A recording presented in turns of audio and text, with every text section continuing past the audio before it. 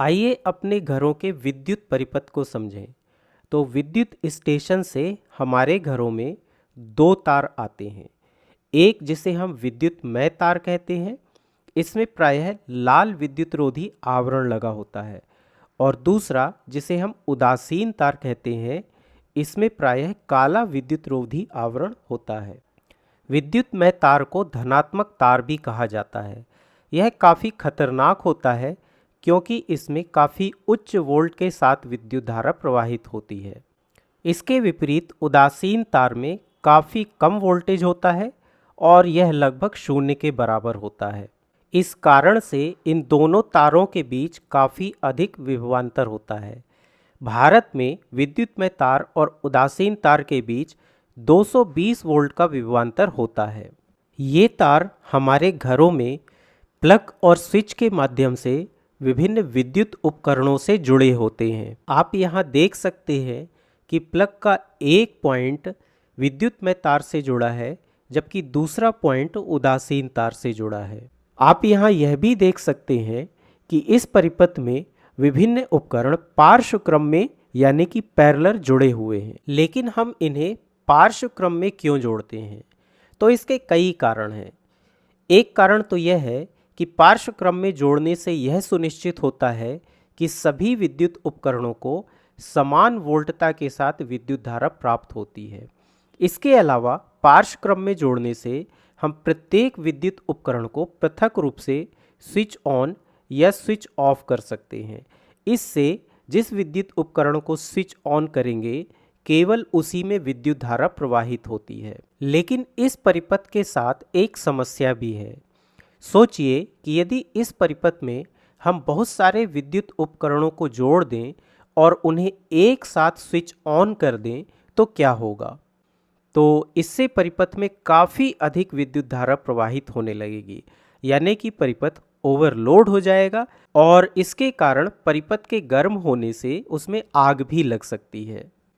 इससे बचने के लिए हमें परिपथ में बहने वाली विद्युत धारा की मात्रा को सीमित करना होगा। इसके लिए हम परिपथ में फ्यूज का उपयोग करते हैं। फ्यूज के अंदर एक फ्यूज तार होता है जो परिपथ में विद्युत धारा की मात्रा एक सीमा से अधिक बढ़ने पर पिघल जाता है और परिपथ को तोड़ देता है। जैसे यहाँ पर 5 एम्पीयर क्षमता का फ्यूज तार लगा हुआ है। इसका अर्थ है कि जैसे ही इस परिपथ में 5 एम्पीयर से अधिक विद्युत धारा प्रवाहित होने लगेगी तो यह फ्यूज पिघल जाएगा, जिससे यह परिपथ टूट जाएगा। इस तरह फ्यूज परिपथ की सुरक्षा करता है। लेकिन फ्यूज लघु पतन यानी कि शॉर्ट सर्किट से भी परिपथ की सुरक्षा करता है। शॉर्ट सर्किट तब होता है जब विद्युतमय तार और उदासीन तार एक दूसरे के संपर्क में आ जाते हैं। इससे भी परिपथ में काफ़ी अधिक विद्युत धारा प्रवाहित हो सकती है, जिससे परिपथ नष्ट हो सकता है। तो फ्यूज इससे भी हमें बचाता है। यहाँ हम 5 एम्पीयर क्षमता के फ्यूज का उपयोग इसलिए करते हैं क्योंकि अधिकांश विद्युत उपकरणों को इससे अधिक विद्युत धारा की आवश्यकता नहीं होती है। लेकिन हमारे घरों में कुछ ऐसे भी विद्युत उपकरण होते हैं जिन्हें अधिक विद्युत की आवश्यकता होती है, जैसे गीज़र, रेफ्रिजरेटर, एयर कंडीशनर इत्यादि। तो ऐसे विद्युत उपकरणों के लिए हम पार्श्व क्रम में एक पृथक विद्युत परिपथ का उपयोग करते हैं जिसमें अधिक क्षमता का फ्यूज लगा होता है। जैसे यहाँ पर आप देख सकते हैं 15 एम्पीयर क्षमता का फ्यूज लगा हुआ है। इसका अर्थ है कि इस फ्यूज से 15 एम्पीयर तक की विद्युत धारा प्रवाहित हो सकती है। इससे अधिक विद्युत धारा प्रवाहित होने पर यह फ्यूज पिघल जाएगा, जिससे यह परिपथ टूट जाएगा। तो इस प्रकार हम अपने घरों में कम विद्युत की आवश्यकता वाले उपकरणों के लिए कम क्षमता का विद्युत परिपथ और अधिक विद्युत की आवश्यकता वाले उपकरणों के लिए अधिक क्षमता का विद्युत परिपथ बना सकते हैं। यहाँ मैंने 2 अलग अलग विद्युत परिपथ दर्शाए हैं, लेकिन घरों में आवश्यकता के अनुसार इससे अधिक विद्युत परिपथ भी हो सकते हैं।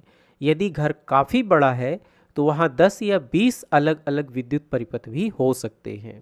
इसका अर्थ है कि हमारे घर में आने वाली इन दो तारों को कई अलग अलग विद्युत परिपथों में वितरित करने की आवश्यकता होती है और इसके लिए ही हम वितरण बॉक्स या डिस्ट्रीब्यूशन बॉक्स का उपयोग करते हैं।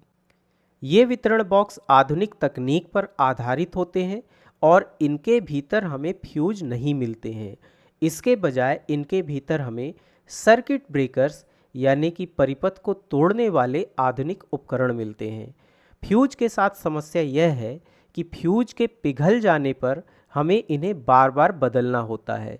इसीलिए हम वितरण बॉक्स के भीतर सर्किट ब्रेकर्स का उपयोग करते हैं जो परिपथ के भीतर एक निश्चित सीमा से अधिक विद्युत धारा होने पर स्वतः परिपथ को तोड़ देते हैं और इन सर्किट ब्रेकर्स को हम आसानी से पुनः स्थापित कर सकते हैं।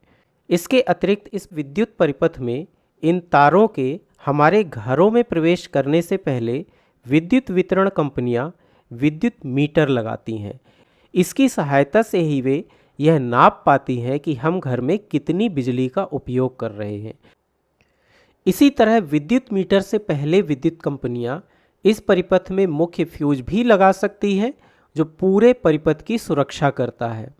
लेकिन इतने सुरक्षा उपायों के बावजूद भी यह हो सकता है कि हम अपने घरों में जिन विद्युत उपकरणों का उपयोग कर रहे हैं उनमें कोई खराबी आ जाए, जिससे यदि उनकी ऊपरी सतह धातु से बनी है तो वहाँ विद्युत धारा प्रवाहित हो सकती है और उन्हें छूने पर हमें करंट लग सकता है जो हमारे लिए काफ़ी हानिकारक हो सकता है। इस तरह की स्थिति से बचने के लिए हम अपने इन परिपथों में एक तीसरा तार भी जोड़ते हैं जो प्रायः हरे रंग का होता है।